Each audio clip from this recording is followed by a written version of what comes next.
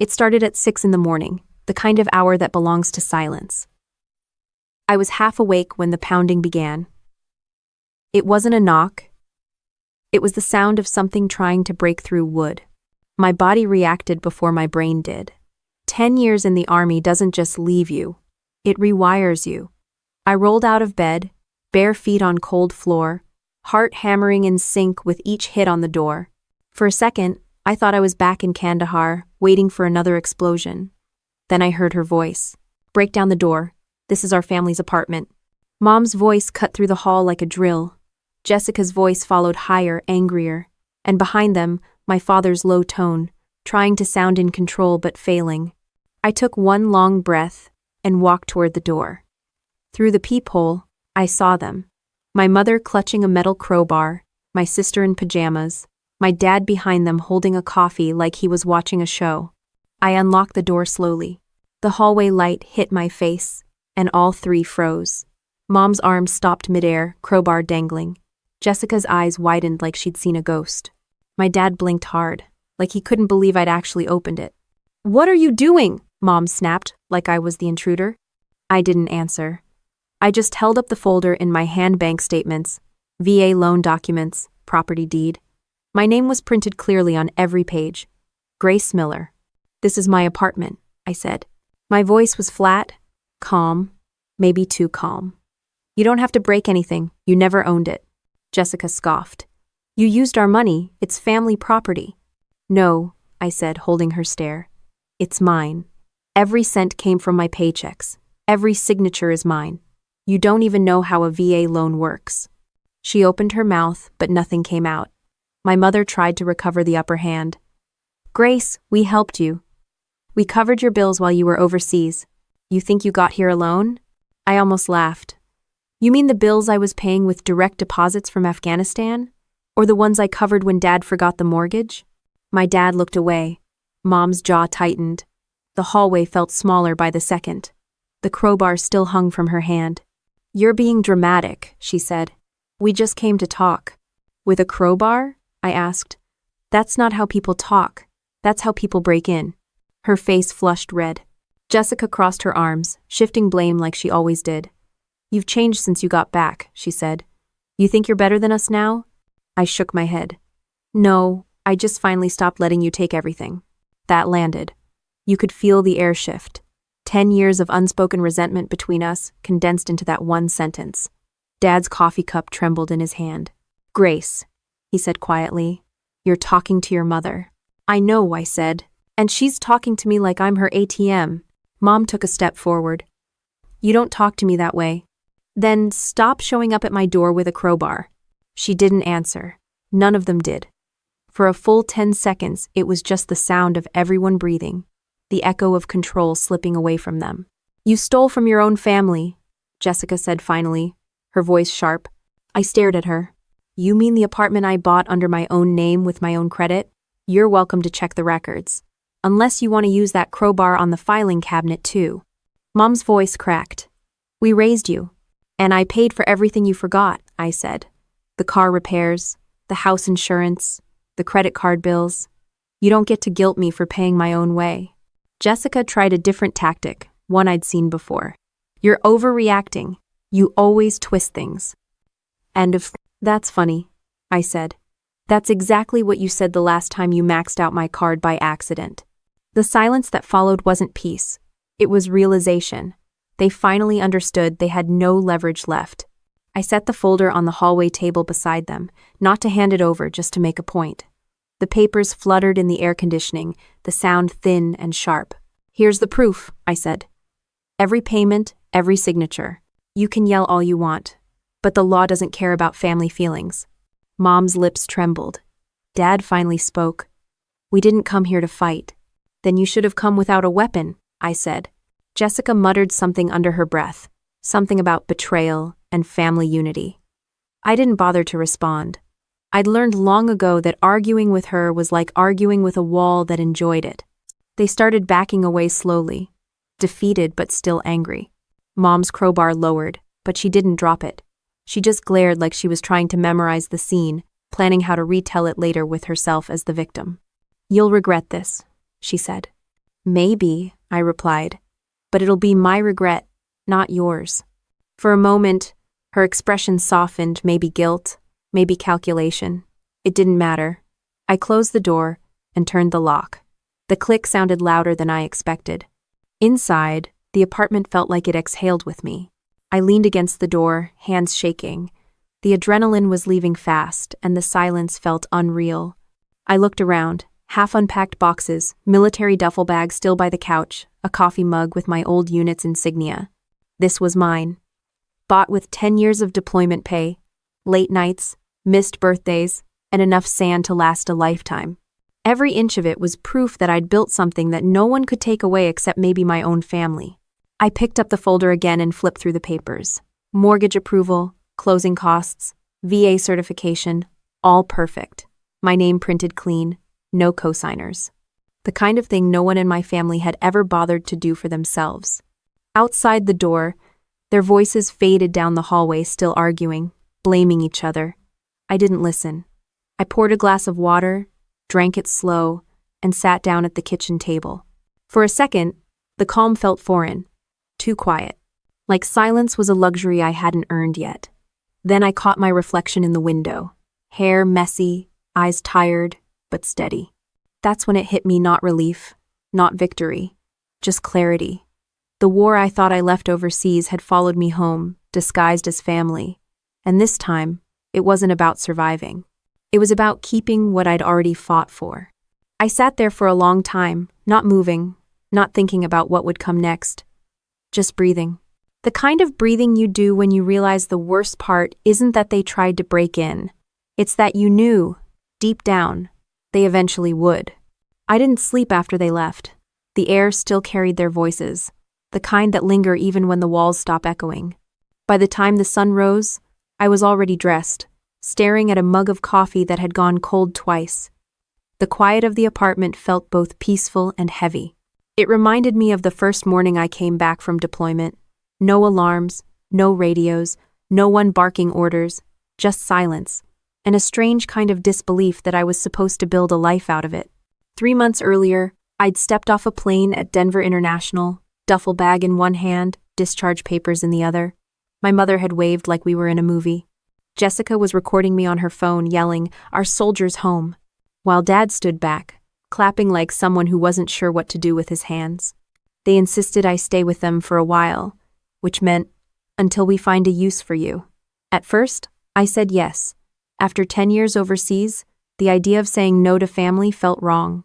The house hadn't changed, same fake plants, same chipped table, same framed photo of Jessica holding her college diploma that she never used. Mom hovered like a hawk, watching everything I did. "You're thinner than before," she said, handing me a plate piled high with food. "They don't feed you enough in the army?" Jessica smirked. "Maybe they don't serve wine rations." It was always like that, half insult, half joke. Dad would chuckle, then look away when I didn't laugh. Every day felt like being a guest in a museum of their old habits. I cleaned the garage, fixed the leaky faucet, mowed the lawn. Mom called it helping out. I called it debt collection. Every small favor was a future weapon she'd use when she wanted something bigger. The plan was simple. I'd close on my own place by summer. I'd already been approved for the VA loan while deployed. I had the savings, the credit, the paperwork ready. I just needed time to move everything through. Mom knew that. She even offered to handle the paperwork while I was finishing the transfer. "You can trust me, honey. I did this for your sister when she got her car." Nay. That should have been my first red flag. The night before closing, I found Mom at the dining table with my documents spread out like she was auditing my life. "Just double-checking," she said. "You military folks signed too fast." I took the papers back and told her the bank already verified everything. She smiled like I'd just said something naive. The next morning, she called a welcome home dinner. "It's not just for you," she added. "It's for the whole family to celebrate together." Okay. The restaurant was one of those fake fancy places that serve bread and guilt in equal portions. Everyone was there, relatives I hadn't seen in years, neighbors, even Jessica's old high school friend who once told me joining the army was a masculine phase. Mom stood to make a toast before I could sit down. "To Grace," she said, raising her glass. for buying a beautiful apartment that'll finally give Jessica some stability. It took me a second to process what she'd said. I looked around the table, everyone nodding, smiling, congratulating Jessica. She soaked it in, pretending to be embarrassed. "Wait," I said. "What do you mean give Jessica stability?" Mom waved her hand. "You know, dear, the apartment you bought, it's really for both of you. Jessica needs a place closer to her new business, and you'll be traveling anyway. It's family property." I almost choked on the water I hadn't even sipped. "It's in my name, Mom. I bought it." "One?" She laughed like I was the one being unreasonable. "Grace, no one does things just for themselves in this family." Jessica leaned in. "You said it was big enough for both of us. You never said it was yours alone." The table went quiet, the kind of quiet people use when they want to hear the explosion. I stared at her, then at Dad. He avoided eye contact, pretending to check his watch. "That's not what I said," I replied. Mom smiled at the guests. "She's just tired from the trip. You know how military life makes people territorial." Everyone laughed. Everyone except me. I stood up. "Enjoy the dinner." Mom's smile froze. "Grace, sit down." "No," I said, reaching for my coat. "You've had 10 years of controlling me from a distance. I'm done giving you the keys." Jessica hissed. "Don't make a scene." I looked her straight in the eye. "You already made one."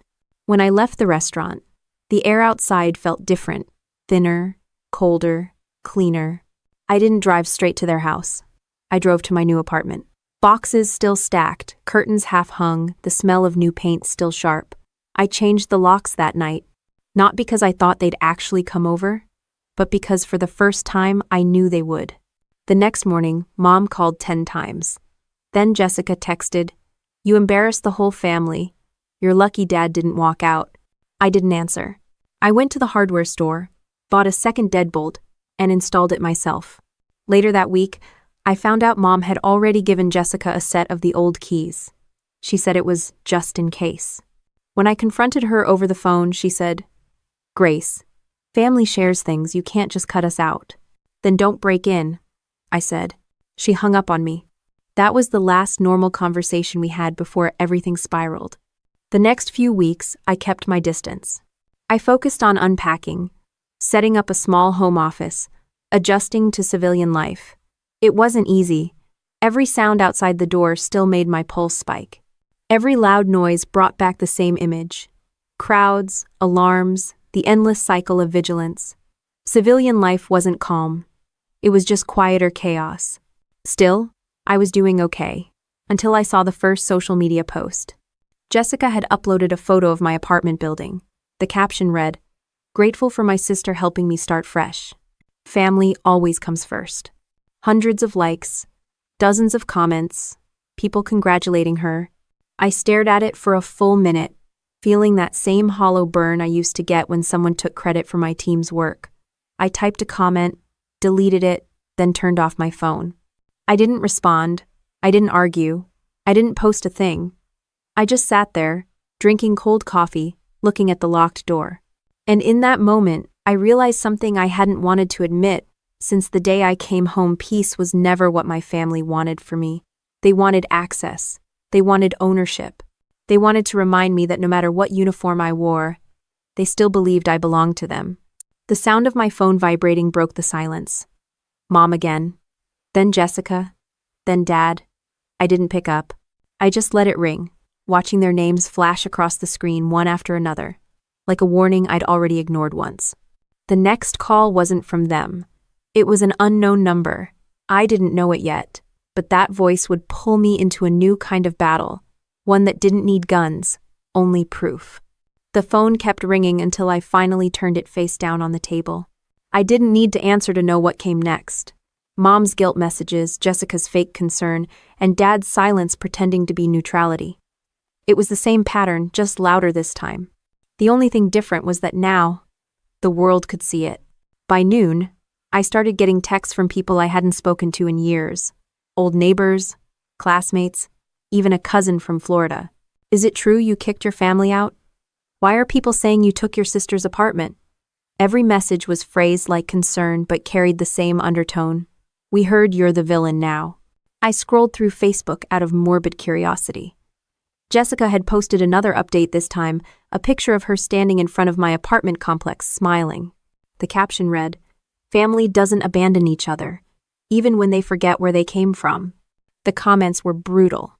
"She used you for a loan? Wow, some people forget who raised them." Military pride turns into arrogance real quick. I could have written a full response with receipts, documents, proof, but I didn't. I just closed the app, walked to the sink, and poured another cup of coffee I didn't want. The apartment was still half-empty boxes stacked by the wall, uniforms folded neatly in one corner. It was quiet, except for the faint hum of the fridge and the occasional car horn outside. I sat at the table, staring at the wall, trying not to imagine Mom's face as she told her version of the story to anyone who'd listen. She'd done this before, changed the narrative until even the truth started to sound selfish. When I was 16, she told everyone I stole her car after borrowing it for a job interview. When I enlisted, she told the church I abandoned the family. Every story made her the victim. Every retelling made me smaller. Now she had social media and an audience. I opened my laptop, logged into the mortgage portal, and checked the ownership records. Again, my name, my account, my payments, solid. I saved screenshots of everything, labeled the folder proof, and stored it on both the hard drive and cloud. Maybe it was paranoia. Maybe it was training. Either way, I wasn't going to lose another fight because I trusted someone else's memory. The next day, I went to the grocery store and ran into Mrs. Harrison, our old neighbor. She looked at me like she was meeting a criminal. "Grace, honey," she said, fake smile in place. "Your mom must be heartbroken. She said you won't even let her in the house." I kept my voice steady. "That's because it's not her house." Her smile twitched. "Well," she said, "it's complicated." "It's not," I said. "It's mine." The conversation ended there. She gave me that look, half pity, half judgment, and walked away. The kind of look that says good luck explaining this one. When I got back home, I checked the mail. 3 envelopes from banks I didn't recognize, all addressed to me but listing Jessica's business name underneath mine. My stomach tightened. I opened one. It was an account overdraft notice for a loan I never signed. That's when I realized this wasn't just gossip. They were setting something up. I called the bank immediately, went through 3 different departments before landing on a manager who confirmed what I feared. "A joint application was attempted under your name 2 months ago," he said. "It was denied due to missing verification documents." "Who submitted it?" I asked. He paused. "A co-applicant listed as Jessica Miller.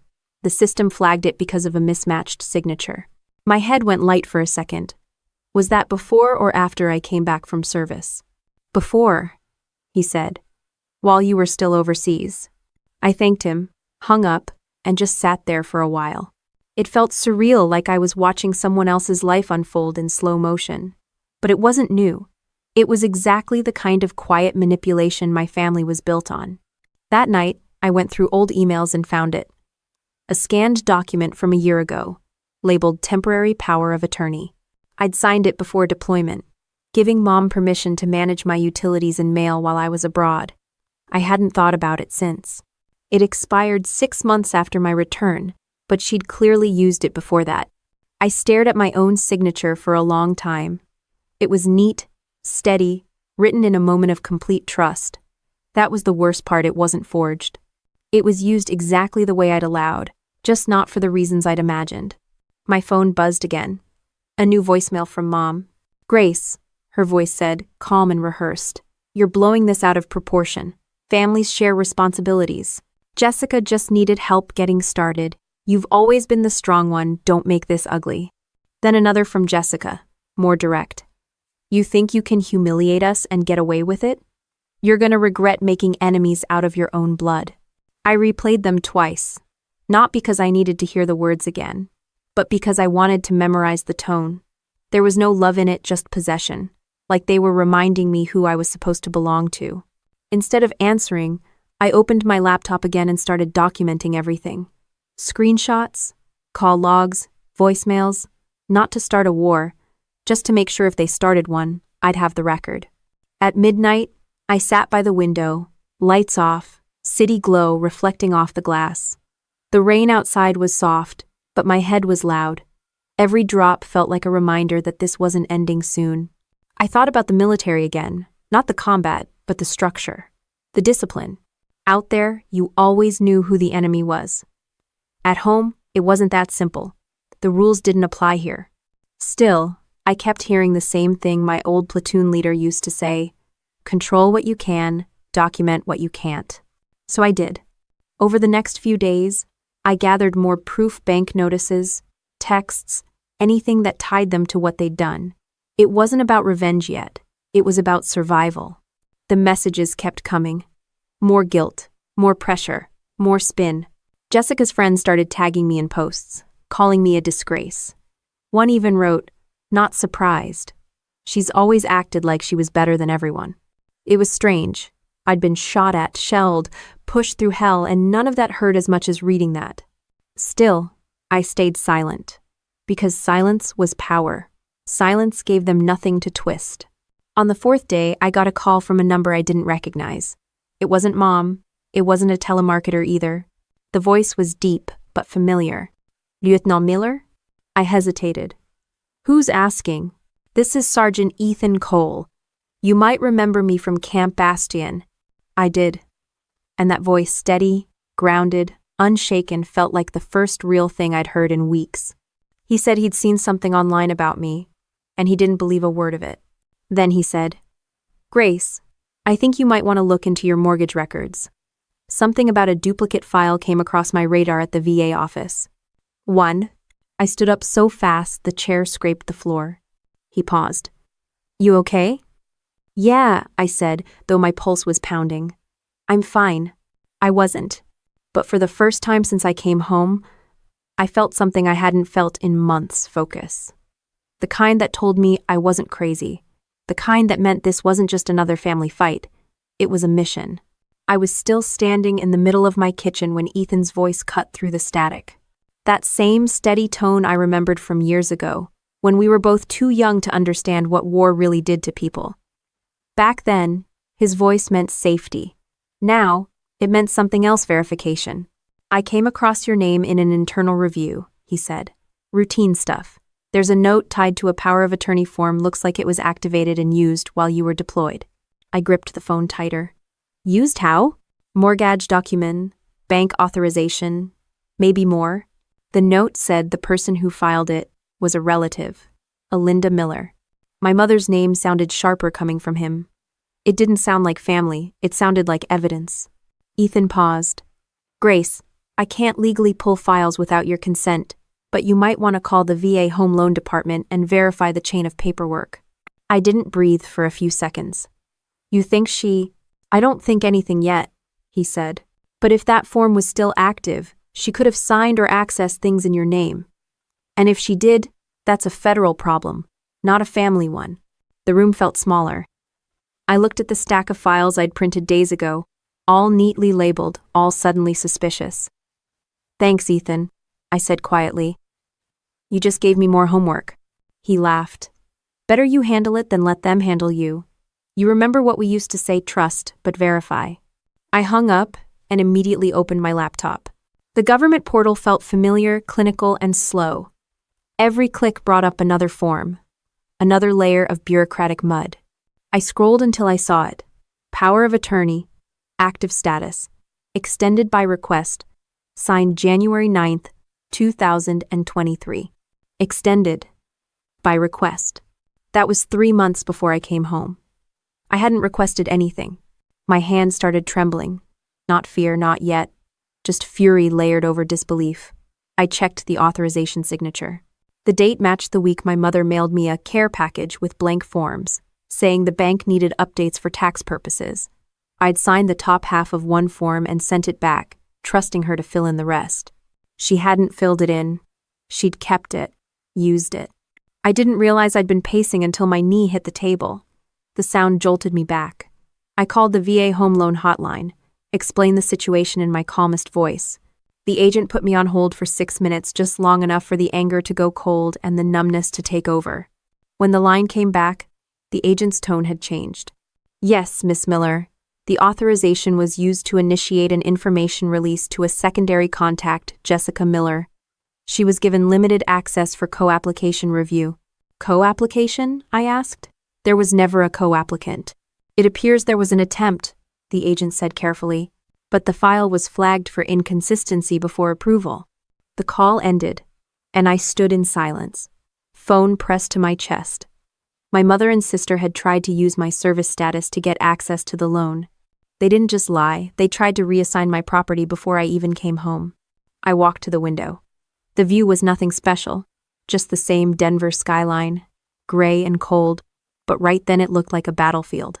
Not because of the view, but because I realized every person on the other side of that glass could walk by and have no idea what kind of war was happening in the apartment behind it. I called Ethan back. "You were right," I said. "They used it." He was quiet for a beat.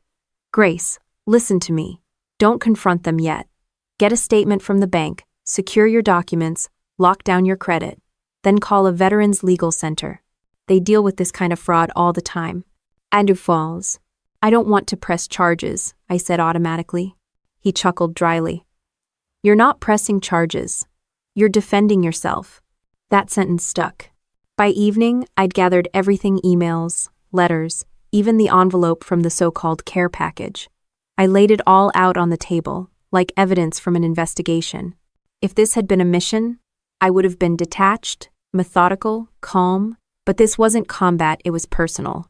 Every paper I picked up had my mother's handwriting on it. Every line looked like another piece of my trust she'd stolen.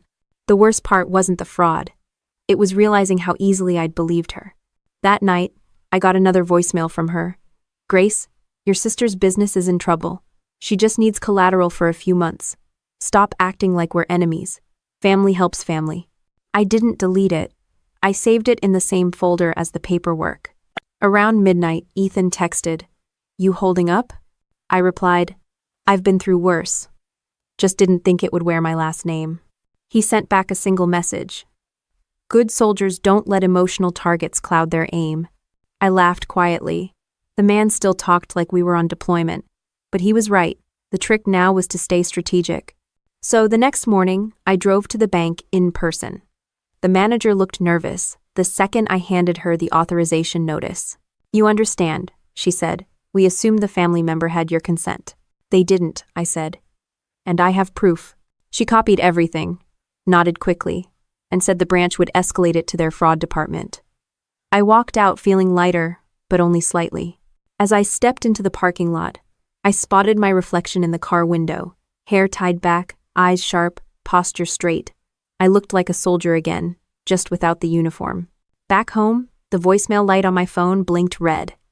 3 new messages. The first was, "Mom, you went to the bank? How dare you make us look like criminals?"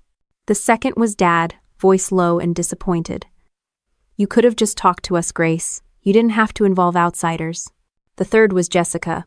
"Wow, you really think you're some kind of hero, don't you? Guess being a soldier gives you the right to treat your family like suspects." I didn't respond to any of them. I just turned the volume down and let the messages play out in silence. Later that night, Ethan called again. "You okay?" Define okay. "Not in jail, not bleeding, still have your house?" "Then yeah," I said. "Better than most weeks." He chuckled softly. "You know, I've seen people lose everything over less, but you—" He paused. "You sound like someone who's finally done letting things slide." I leaned back in the chair, looking around my apartment. The folders, the papers, the evidence, it all looked sterile, detached. But underneath it was something raw. "I am done," I said. Not angry, just done. Ethan didn't say anything for a while. Then, "Good. That's when people start winning." We said goodnight, and I hung up. The apartment was dark except for the desk lamp. I turned it off and sat in the quiet, listening to the hum of the refrigerator. For the first time in months, I didn't feel defensive. I didn't feel like a victim or a soldier waiting for orders. I just felt aware. That's the thing about betrayal, it doesn't always explode. Sometimes it's quiet. Sometimes it signs your name in blue ink while you're halfway across the world. And sometimes it gives you exactly what you need to finally fight back with proof, not pity. The smell of roasted chicken hit me the second I walked through their door. It was the same smell from every forced family gathering we ever had: too much garlic, too much guilt. The table was already set when I got there. Mom had even lit candles, the same kind she used when she wanted to pretend everything was fine. "Grace, you made it," she said, tone rehearsed, smile stretched thin.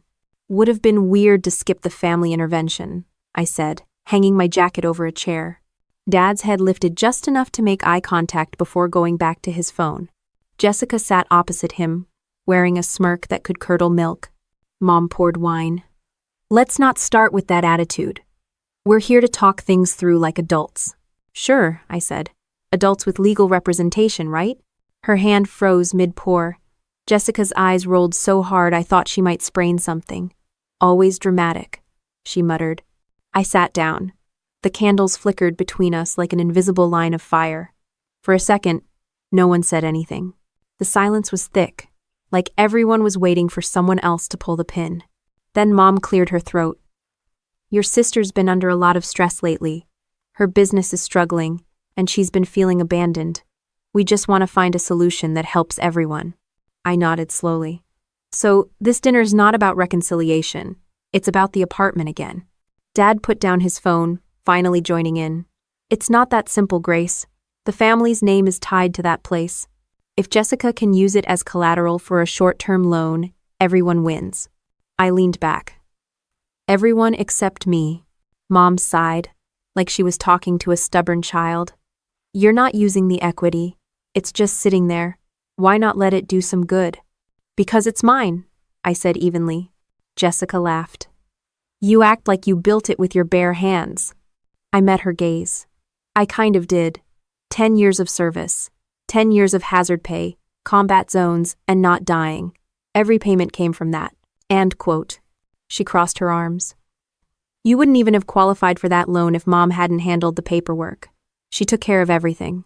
"Oh, I know she did," I said, sliding a folder onto the table. Mom's smile faltered. "What's that?" "Proof," I said, opening it. "Every transaction, every deposit, every transfer under my name. The VA confirmation, the mortgage receipt, and the letter from the bank verifying the fraud attempt made by you and Jessica." "How?" The sound of paper against wood filled the silence. Jessica's smirk vanished.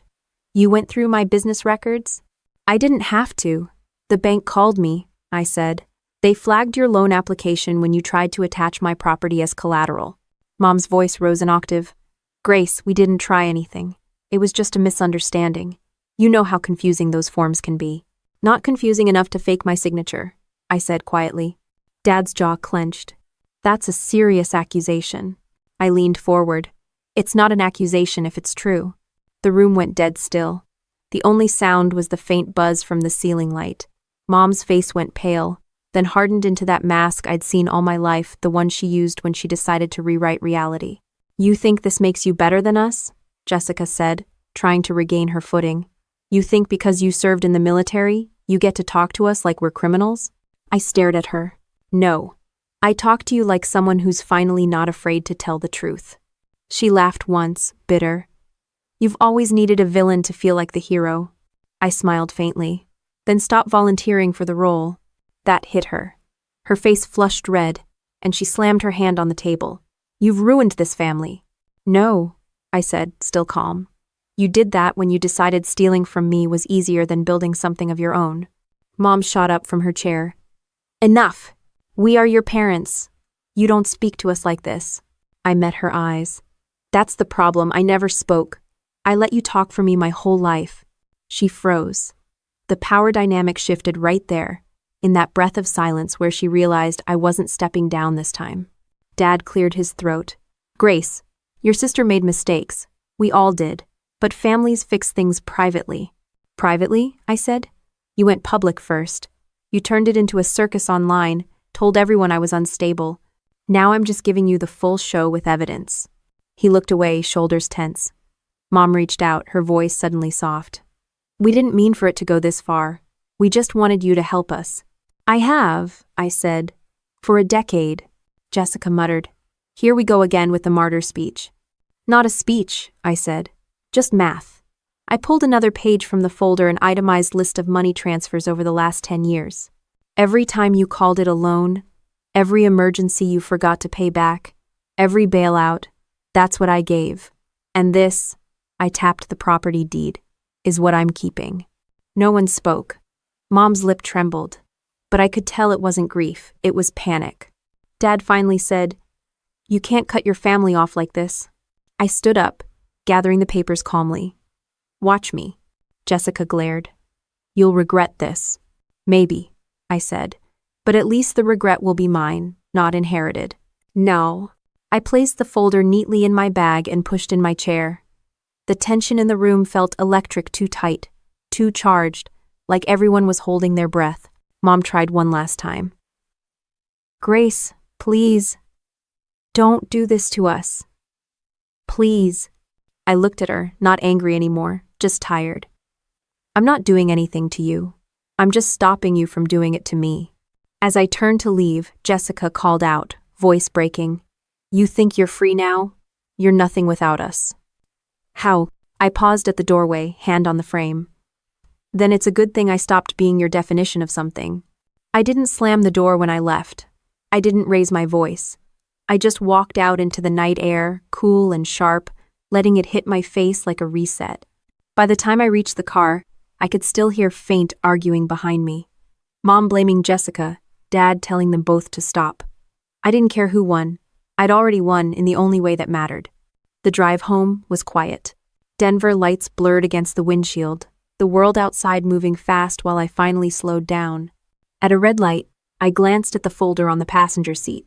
Inside it wasn't revenge, it was protection. Proof. The kind that didn't need anyone's approval to be real. When I got home, I locked the door behind me and set the folder on the table. For a moment, I just stood there, looking at it, the single object that held every ugly truth I'd refused to face. I didn't feel victorious. I felt steady, grounded, like someone who'd stopped being cornered and started standing her ground. I poured a drink, sat down, and opened my laptop. The cursor blinked against a blank document. I started typing not a complaint, not a statement, just a record of everything that happened. Facts only. No emotion. When I finished, I saved the file and labeled it Control. Then I closed the laptop and leaned back in my chair. The sound of the city outside drifted through the window, distant, calm, normal. For the first time in a long while, I didn't feel like I was reacting to anything. I was choosing. The morning after that dinner, I woke up to 6 missed calls and 2 voicemails. I didn't need to listen to know they were from my mother. I made coffee, ignored the phone, and watched the sunlight crawl across the floorboards of my apartment, the same apartment they tried to take from me. By the time the caffeine hit, I had already opened my laptop and pulled up the website for the Veterans Legal Center that Ethan had mentioned. I filled out their intake form, uploaded all the evidence, loan documents, the power of attorney, the bank statements, even the voicemail where my mother admitted Jessica needed collateral. An hour later, my phone rang. A man introduced himself as attorney Michael Grant, one of their senior legal advocates. His tone was calm, direct, the kind you only hear from someone who's cleaned up messes like this before. "Miss Miller," he said, "first of all, I'm sorry you're going through this. Second, you did the right thing contacting us. You'd be surprised how often we see this kind of thing, family members taking advantage of veterans' benefits." That last sentence sat in my chest for a while. Apparently, I wasn't even a rare case. He asked for more details, and I told him everything. From the care package my mom sent overseas to the dinner confrontation last night. He didn't interrupt once, just took notes. When I finished, he said, "The power of attorney expired the moment you were back in the US, but they acted on it after that. That's misrepresentation, and it crosses into criminal territory if they submitted financial documents under your name." I took a long breath. So what happens now? First, we verify your title. Then we file a fraud alert with the bank to lock the property. After that, we'll contact the VA to flag any unauthorized use of your benefits. If they push back legally, we'll handle it. It felt strange hearing someone say, "We'll handle it," and actually mean it. He emailed me a checklist within minutes, clear, organized, military precision level. I followed every step. Printed statements, notarized copies, scanned everything into folders. I even labeled them like mission files. Phase 1, ownership. Phase 2, legal containment. By afternoon, I was sitting in his downtown office with a cup of burnt coffee and a thick folder on the table between us. He flipped through the papers, nodding occasionally. "This is strong," he said. They won't win this. Not with this level of documentation. Winning isn't the goal, I said. I just want them out of my life and out of my finances. He smiled slightly. That's usually how winning starts. When I got home that evening, the apartment felt different. Not peaceful, exactly, more like fortified. Every lock, every piece of paper, every backup file was another wall between me and the chaos I'd grown up in. Then the phone rang again. Mom, I let it go to voicemail. Her voice was shaky, the tone of someone performing sorrow. Grace, honey, we didn't mean to upset you. Your sister's business just needed help. You've always been the responsible one. Please, don't make this harder than it has to be. I deleted it without listening to the rest. 5 minutes later, another message. This time from Jessica. Wow, you really called a lawyer? You're insane. You're going to destroy this family over paperwork. I didn't reply to her either, but I did open my notebook and write down every word they said. Every voicemail became evidence. 2 days later, Michael called. Good news. The bank confirmed full ownership in your name. The fraudulent co-application attempt has been recorded and closed. They'll be sending a written statement. He paused before continuing. And one more thing, the VA has launched a review of the misuse of your power of attorney. That means if your family tries anything again, it'll trigger a federal audit. I didn't even realize I'd been holding my breath until I exhaled. For the first time, the fear started to lift. I wasn't hiding behind paperwork anymore. I was protected by it. That evening, I sat by the window with a beer and watched the sun drop behind the city skyline. My phone buzzed again, another voicemail from my dad this time. You made your point, his voice said. Now fix this before it gets worse. I laughed out loud. They still didn't get it. Fixing things was never the problem. Being expected to fix their mistakes was. I took a long drink, then opened my laptop and drafted an email to Michael. They're contacting me again. What should I do? His reply came back in 5 minutes. Do nothing. They're reacting because they've lost control. That's not your responsibility. That sentence hit harder than I expected. They've lost control. For years, that was the balance, me working, them taking. Me apologizing, them rewriting the story. And now, the dynamic had shifted. That night, I slept for the first time in weeks without waking up to imaginary footsteps or phantom knocking. By morning, my phone was full of messages again. Mom threatening to go to court. Jessica posting cryptic updates about betrayal from within. It would have been funny if it weren't so predictable. Instead of replying, I drove to the Veterans Legal Center to drop off the finalized documents. The receptionist, a woman around my age wearing a U.S. Army pin, smiled when she saw my file. You're Grace Miller? Yeah. She nodded. I've heard your case. You'd be surprised how many of these start with a family dinner. That made me laugh. Yeah, well, mine came with candles. She smiled knowingly. Then you're lucky you walked away with the paperwork instead of a police report. Back home, I cleaned the apartment not because it was dirty, but because it felt good to move. The motions helped settle the noise in my head. By evening, the quiet felt earned. I cooked a simple dinner, turned on some music, and sat at the table where the chaos had started days ago. The folder still sat there, a silent reminder that survival didn't always come from strength. It came from documentation, boundaries, and the decision to stop letting people rewrite your life. When the phone rang again, I answered this time. It was Ethan. You sound better, he said. I am, I replied. The paperwork came through. The apartment's officially mine again. He chuckled. Told you, paper cuts make the best revenge. I smiled. Yeah. Who knew justice came in triplicate copies? He paused. So what now? I don't know, I said honestly. Maybe I start living like this place isn't a battlefield. That's the spirit, he said. And Grace, don't feel bad for winning. You earned peace. You don't have to apologize for keeping it. After the call ended, I looked around the room. Everything was quiet, the kind of quiet I used to crave, the kind that once felt impossible. I picked up the folder, slid it into a drawer, and locked it. Not to hide it, but to close the chapter properly. The last light of sunset bled through the blinds, landing on the framed certificate above my desk, Department of Veterans Affairs. Honorable Service Recognition. It used to feel like a reminder of duty. Now, it felt like proof that I'd survived more than one kind of war. I poured another glass of wine and sat down, letting the city hum outside my window. It was strange how peace could feel so heavy and so light at the same time. And even stranger, how revenge didn't always look like payback. It looked like freedom written in your own name. The peace didn't last long. It never does when someone's lost their favorite target. 3 days after the legal confirmation, I woke up to chaos, not from my family directly this time, but from my phone. Notifications were piling up faster than I could clear them. Texts, missed calls, screenshots from friends. Jessica had gone public again. She'd posted a long message on Facebook with a selfie in front of a courthouse like she was auditioning for a reality show called Victim of the Year. Her caption read, "Sometimes family turns their back on you for money, but blood means everything, and I'll never stop fighting for what's rightfully ours." She tagged Mom and Dad. Within minutes, the comments section looked like a mob. "You deserve better. How could your sister do that to you? She must have changed after the military." One comment stood out from a distant relative. "People like that forget who raised them. Karma will handle it." I didn't reply.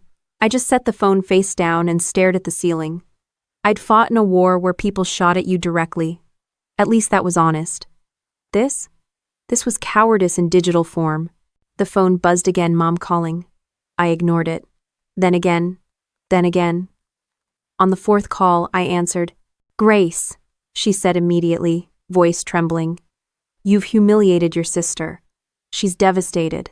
"Then maybe she should stop lying online," I said. Mom gasped like I'd just cursed at God. "You're so cruel now. What happened to you? You used to care about family." "I still do," I said. "Just not about people who treat me like their retirement plan." "Oh?" Her tone shifted fast from fragile to furious. "You think this makes you a good person, dragging your family through the mud? You should be ashamed." "I haven't said a word publicly," I reminded her. "Exactly," she said sharply. "Your silence makes us look guilty. You're punishing us with it." That was the line that almost made me laugh. Silence, my last defense, had now become another thing they could weaponize. I ended the call. She left a voicemail anyway, the kind that started with tears and ended with threats about lawyers and forgiveness running out. Later that afternoon, my dad showed up outside my apartment building. No call, no warning, just standing there by the gate in his work jacket, holding a coffee like it was a peace offering. "Can we talk?" he asked when I walked out. "Depends," I said. "Are you here as dad or as their messenger?" A looked down, embarrassed. "You think we wanted this? You think your mother likes fighting with you?" "She likes winning," I said. He sighed. "You're stubborn. Always were. She's scared, Grace. She's never handled being powerless well." I folded my arms. "Then she should stop trying to control people who don't belong to her." He rubbed the bridge of his nose. "You're not innocent either. You could have handled this quietly." "She used my signature to commit financial fraud, Dad. That's not quietly material." "How?" He didn't answer. We stood in silence for a while, the city noise filling the gaps between us. Finally, he said, "You know your sister's business is going under. She's drowning. Maybe you can—" "No," I cut in. "I've already saved this family enough times. They're free to sink without me." He frowned. "You really can turn your back that easily?" "I didn't turn my back," I said. "I just stopped kneeling." That ended the conversation. He muttered something about ungrateful and walked off, shaking his head. I watched him go, not angry, just hollow. That night, I sat by the window again, the city lights flickering like a Morse code I couldn't read. The phone buzzed again. Another voicemail, Jessica, this time. "You really think you're the hero, don't you?" she said. "Guess what, Grace? Everyone sees through you now. You can hide behind your papers, but you'll always be the messed up one. Mom and Dad might forgive you. I won't."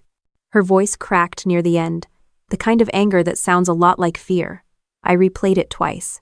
Not to feel anything, just to memorize the sound of desperation disguised as pride.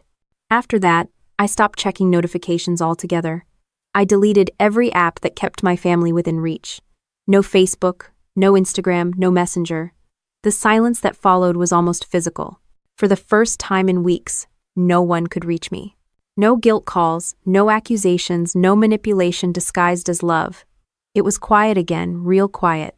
I cleaned, cooked, and fixed the small things in the apartment I'd been ignoring. The cracked light switch, the loose hinge on the bathroom door, the kind of chores that make a place feel like home again. But even in that quiet, the guilt tried to crawl back in. It always did. My mother's voice lived rent-free in my head. Family forgives. Family sacrifices. Family sticks together. I'd spent my entire life confusing those sentences for commandments. The next morning, Ethan called. "Still alive?" he said. "Barely," I said. "They've gone full PR campaign."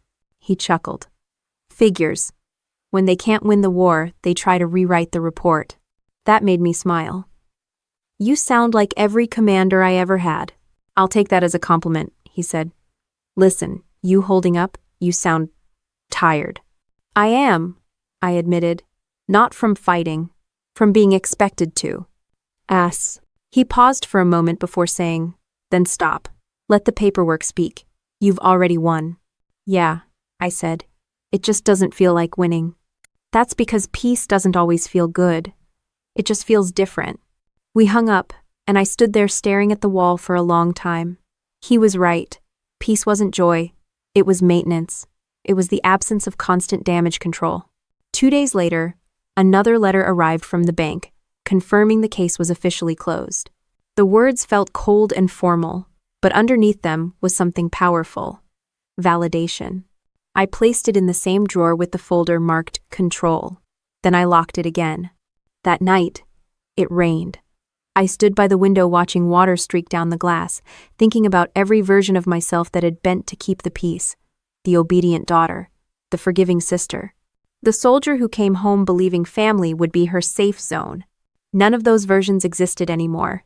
Still, somewhere between the rain and the quiet hum of the city, a small thought surfaced almost soft enough to miss.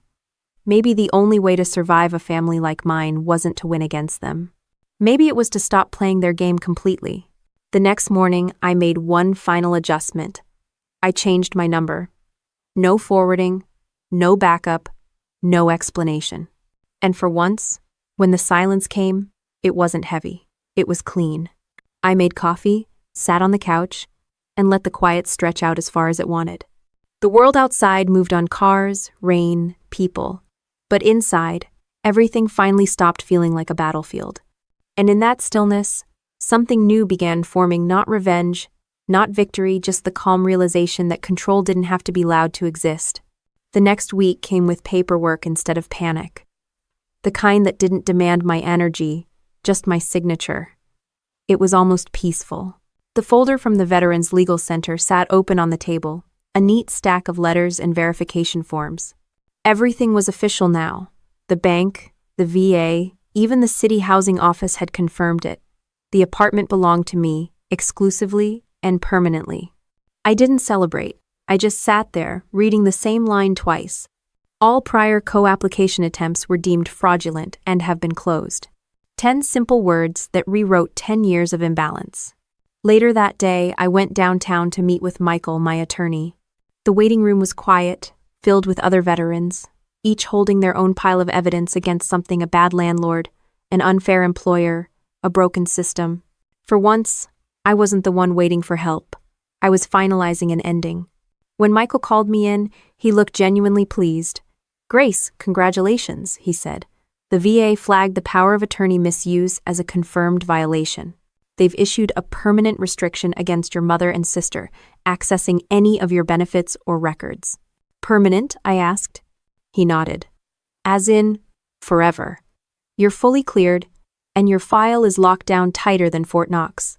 I smiled faintly. "Guess I'm finally the one with security clearance again." He chuckled. "You'd be surprised how rare this kind of closure is. Most people don't fight back. They just give in." "I almost did," I admitted, "but then they brought a crowbar." Michael laughed quietly. "That'll do it." We went over the final paperwork, and I signed the release forms. Each stroke of the pen felt like a small exorcism. I wasn't angry anymore. Anger requires energy, and I'd given them enough of that already. What I felt now was simpler resolve. When I left the building, the autumn air hit different. Denver smelled like cold metal and wet asphalt after rain. I walked past the courthouse, past the government buildings, through the noise of people living normal lives. For the first time, I wasn't running from something. That night, Ethan called again. You sound different, he said. Paperwork's done, I told him. The VA closed the case. Congratulations, Lieutenant. Guess you're officially the homeowner of record now. Funny, I said. I've been living here for months, but it never felt official until someone stamped it. That's how freedom works, he said. It's quiet until you lose it. Then it's loud. I laughed. You should write that on a poster. He paused, then said, Seriously though, you did good. I've seen people go down fighting their own blood. You kept it clean. Revenge isn't always about fire, I said. Sometimes it's paperwork and a good lawyer. He laughed. You've definitely been out of the field too long. You're talking like a civilian. Maybe that's the goal, I said. We talked for a few more minutes, nothing heavy, just normal conversation. When I hung up, I realized how rare that felt. A call that didn't leave me tense. The next morning, my inbox was full again, not from them, but from the Veterans Legal Center. The subject line read, Case closed. Final acknowledgement. I clicked it open. At the bottom was a note from the director. Thank you for your service and for setting an example. Financial exploitation of veterans is a growing problem. Your report helped flag several similar cases. I didn't expect that.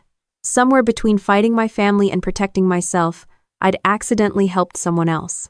I printed the letter and pinned it on my fridge, not as a trophy, but as a reminder that the quiet kind of revenge, the legal kind, works better than any argument ever could. Around noon, I got another call. Not from the VA this time, from the bank manager who'd helped confirm my ownership. Miss Miller, she said, just wanted to let you know the fraudulent account tied to your name has been closed. And off the record, I wanted to say good for you. Most people would have just let it go. I thanked her and hung up, then stood in my kitchen for a while, letting the stillness settle. It felt different now, not like isolation, but like ownership. My space, my silence, my rules. That evening, I received one last email from Jessica. No subject line, just 2 sentences. You've destroyed our family's reputation. Hope you're proud. I didn't reply. There was nothing left to say. I archived it and moved on. Outside, the city was glowing under a thin layer of fog. I stepped onto the balcony, breathing in the cold air. The lights blurred like smudged paint across the skyline. Somewhere below, sirens wailed, faint and distant, the sound of other people's emergencies. Mine were over. I looked at the locked door behind me and thought about how everything had started there. A knock, a shout, a threat. Now it was just a door again. Not a symbol, not a line between war and peace. Just wood, hinges, and a lock that answered only to me. Later that night, Ethan texted, Beer this weekend? You've earned it. I smiled. As long as you're buying. He sent back a laughing emoji. I poured myself a small drink and sat down at my desk. My computer screen glowed softly in the dark. I opened a new document and started writing something I hadn't written in years, a resume. Not because I needed a job, but because I finally felt like I could build something again. Something that wasn't about surviving or defending or proving a point. The knock on the door that started this whole thing replayed faintly in my mind. It didn't trigger me anymore. It just reminded me that no one gets to take peace you've earned, not family, not guilt, not blood. I typed a few lines, then stopped and stared at the screen. The cursor blinked, patient and steady. Somewhere between the quiet hum of the fridge and the soft tap of rain outside, I realized what this really was. Not closure, not revenge, just balance restored. The folder marked Control still sat in the drawer, locked, untouched. I didn't need to look at it anymore. It wasn't proof of what they did. It was proof of what I'd stopped allowing. I closed the laptop and looked around the room. The lamp's warm light hit the wall, highlighting the framed photo of my unit, 12 of us standing in desert gear, grinning through exhaustion. I'd survived people who wanted to kill me. Surviving people who claimed to love me was just a different skill set. I poured another drink, set it beside the window, and watched the city breathe. Somewhere between the streetlights and the silence, I caught myself smiling not because it was over, but because I'd finally stopped letting it define me. And that, more than any verdict or victory, was the kind of justice I could live with. The first morning after the legal closure felt like a blank page. No calls, no messages, no noise, just sunlight crawling slowly across the kitchen floor and the faint hum of the city outside. For the first time, I wasn't bracing for something to go wrong. I brewed coffee, poured it into my chipped army mug, and stood by the window. The world outside moved fast, people heading to work, buses hissing, dogs barking, but for me, time had slowed. I didn't realize how much energy I'd spent surviving until there was nothing left to survive. When my phone buzzed, I almost flinched. But it wasn't another guilt call. It was an email from the Colorado Veteran Transition Program. Subject line: Mentorship Invitation. I opened it, expecting spam, but it was real. Someone from the city's career initiative had read about my legal case in an internal VA bulletin. They wanted to invite me to speak about financial independence for returning service members. I stared at the screen for a long moment. For years, every time I heard the word family, it came with a problem attached. Now, a stranger wanted to pay me to talk about surviving one. I replied yes. 2 weeks later, I was standing in a small conference room with 20 other veterans, mostly younger than me. They wore that same expression I used to half confusion, half exhaustion. The kind of look that says, "I made it home, but I don't know what that means yet." The moderator introduced me. "This is Grace Miller, Army veteran, 10 years of service, now a homeowner and independent consultant. She's here to talk about what it means to rebuild after service." But I wasn't used to that introduction. Homeowner. It sounded surreal. I took a deep breath and started talking. Not with speeches or advice, just stories. About the loan process. About people who smile while taking from you. About the quiet strength it takes to say no to those you love. At one point, a young woman in the back raised her hand. "How do you forgive family that betrays you?" I paused before answering. "You don't," I said. "You accept that they did it. Forgiveness isn't a favor, it's just permission to stop thinking about it." The room went quiet, but it wasn't awkward. It was understanding. After the session, the program director approached me. "You've got a gift for this," she said. "Would you consider joining as a mentor? We could use someone who doesn't sugarcoat things." I laughed. "I've been accused of that before." She handed me a folder. "Think about it. Real pay, flexible hours. And trust me, veterans listen more when the truth sounds like it's been lived." I took the offer. The following months were steady. Not perfect, not exciting steady. I started meeting with small groups, mostly women trying to rebuild lives after the military. Some were juggling kids, others were fighting through paperwork hell. Every one of them carried the same invisible weight. I told them what I wish someone had told me, that strength doesn't mean endurance. Sometimes it means ending something. At home, I worked on small design projects in the evenings. Ethan checked in occasionally, mostly just to make sure I was still sleeping and eating. He'd become less like an old comrade and more like a quiet anchor, someone who understood without asking for details. One evening, we met for dinner at a small diner on Colfax Avenue. He slid into the booth across from me, his usual black coffee already half empty. "You look lighter," he said. "Maybe because I stopped expecting peace to come from anyone else," I replied. He nodded. "That's a dangerous kind of freedom. The good kind." We ate in silence for a bit. He didn't ask about my family, and I didn't bring them up. That was the unspoken rule. Some topics only existed in past tense now. After dinner, we walked to the parking lot. He turned to me and said, "You ever think about what's next? Long term?" I shrugged.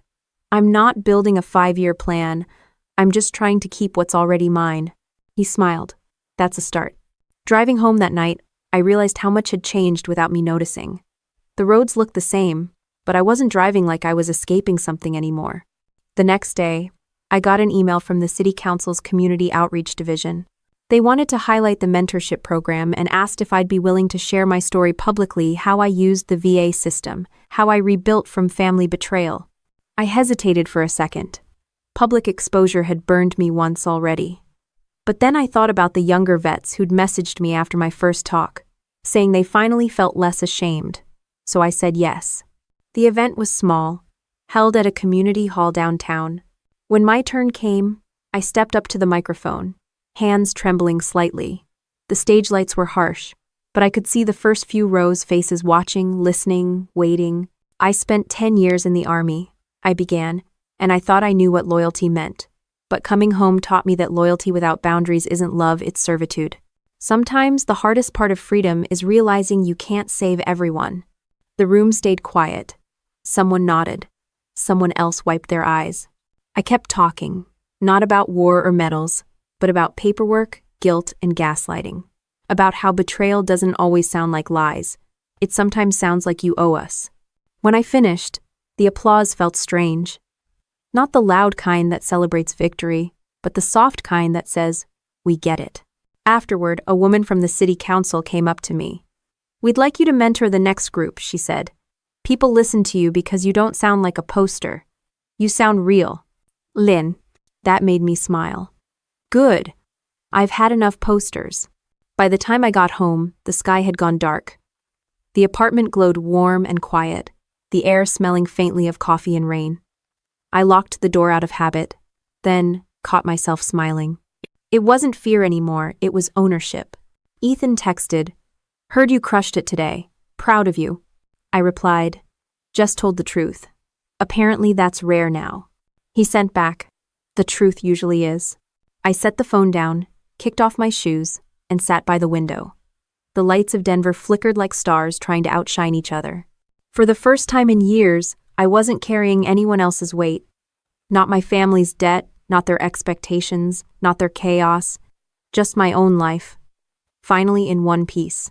And as I sat there, watching the city move, I realized something simple but profound peace wasn't given to me. I built it. Brick by brick, boundary by boundary, and finally, silence by silence. It was a quiet Sunday when the knock came. Not the kind that shook the door or came with shouting, just two soft knocks, polite, almost uncertain. I was halfway through a cup of coffee, reviewing notes for the next mentorship session. For a second, I thought it might be Ethan dropping by early. Then I looked through the peephole. My parents stood outside. Mom held her purse tight against her chest. Dad's posture looked smaller somehow, like he'd lost a few inches since I last saw him. Behind them, parked by the curb, was the same silver SUV that used to show up unannounced outside my place months ago.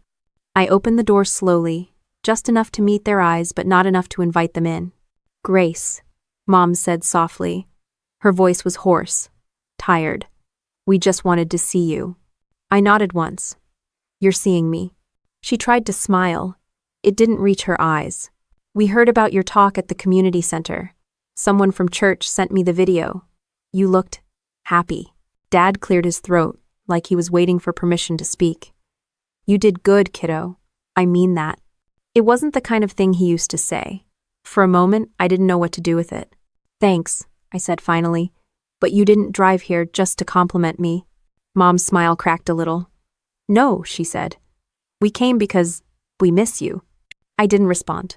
Silence is a good truth detector. It makes liars uncomfortable. She fidgeted with her purse strap. "Your sister's not here," she added quickly, like it might make things better. "She's been going through a rough time. The business. It's gone under." Dad looked away at that, pretending to study the floor. Mom continued. "She's not the same without you, Grace. None of us are. We just thought maybe we could start over." The words hung there like fragile glass. I let them sit for a long moment before I answered. "Start over?" I asked. "Does that mean we forget what happened? The lies, the fake documents, the way you all treated me when I refused to hand over my home?" Mom's eyes filled with tears instantly. "We made mistakes. We were desperate. Families do desperate things." "Families," I said quietly, "don't forge each other's signatures." She flinched. Dad shifted his weight, looking like he wanted to step in but didn't know how. Mom reached out, her voice trembling. "Can't we just put it behind us?" I took a slow breath. "You mean behind me? Because every time something goes wrong, I'm the one who's supposed to clean it up, right? That's what you miss. You don't miss me. You miss your fixer." Her hand dropped to her side. "That's not fair." "It's accurate," I said. For a few seconds, none of us spoke. Outside, a breeze passed through the corridor, carrying the faint sound of someone's dog barking 2 floors down. It was strange how ordinary everything felt in that moment. No yelling, no tension thick enough to choke on just a quiet reckoning. Dad finally broke the silence. "You've changed," he said, not unkindly. "Yeah," I replied. "That was the point." He looked down, rubbing his palms together. Your mother's been sick, you know. Stress, mostly. She doesn't sleep. Mom shot him a look, half warning, half embarrassment. I'm fine, she said quickly. I didn't respond right away. Part of me wanted to feel something: guilt, concern, anything. But all I felt was distance, like I was looking at a version of my parents that belonged to a different lifetime. I'm sorry to hear that, I said eventually. But I can't fix it. Mom's tears spilled over then. You don't even want to try? I did try, I said. For 31 years. That landed harder than I expected. Her face crumpled. Dad put a hand on her shoulder, but his eyes never met mine. He wasn't angry anymore. Just tired. We shouldn't have come, he muttered. No, I said softly. It's okay that you did. He looked up, confused. I continued. Because it means you finally understand. You don't get to walk in here anymore. You don't get to rewrite me. This is my life now. You can visit it, but you can't live in it. Mom's voice broke as she whispered. So this is it? You're done with us? I shook my head. I'm not done. I'm just different. You can reach out when it's not about control or guilt. But if it is, this door stays locked. They both stood there for a long moment, not moving. Then Mom wiped her eyes, straightened her posture, and gave a small nod. I guess you really don't need us anymore. I exhaled slowly. That's not true, I said. I needed you to teach me what not to become. Her lips parted like she wanted to respond, but nothing came out. She turned to leave. Dad followed her without another word. As they walked down the hallway, I watched through the crack in the door. They looked smaller somehow. Two figures swallowed by the city that once felt too big for me. When the elevator doors closed behind them, I shut the door and locked it, not out of anger, but habit. The sound of the lock clicking echoed softly through the apartment. I stood there for a while, staring at the door. Not with sadness, not with triumph, just clarity. I brewed another cup of coffee and sat by the window. The city moved as usual. Cars, sirens, laughter somewhere below. Life continued, indifferent and beautiful. My phone buzzed. A text from Ethan. Still on for dinner tonight? I'm thinking Thai food. My treat. I smiled and typed back. Only if there's spring rolls. The reply came instantly. Deal. I set the phone down and leaned back, the steam from the mug curling upward in lazy spirals. Outside, the sky had that faint orange hue that comes right before sunset. It made everything glow: the buildings, the windows, even the faint reflection of my face in the glass. I looked older, calmer, not because I'd aged, but because I'd stopped apologizing for outgrowing people who refused to grow with me. On the shelf above my desk sat the old folder marked Control. I hadn't touched it in weeks. It wasn't a trophy or a wound anymore. It was just paper. I opened the drawer and slid it inside, closing it quietly. This time, the act didn't feel symbolic. It just felt done. The door stayed locked, but the air was open. My apartment wasn't just shelter anymore, it was proof. That peace isn't something you wait for, or earn through other people's approval. It's something you build, protect, and eventually live inside without apology. I looked out at the skyline one more time and took a deep breath. The light hit just right, soft, steady, golden. And for the first time, I didn't feel like I was surviving anything. I was simply living.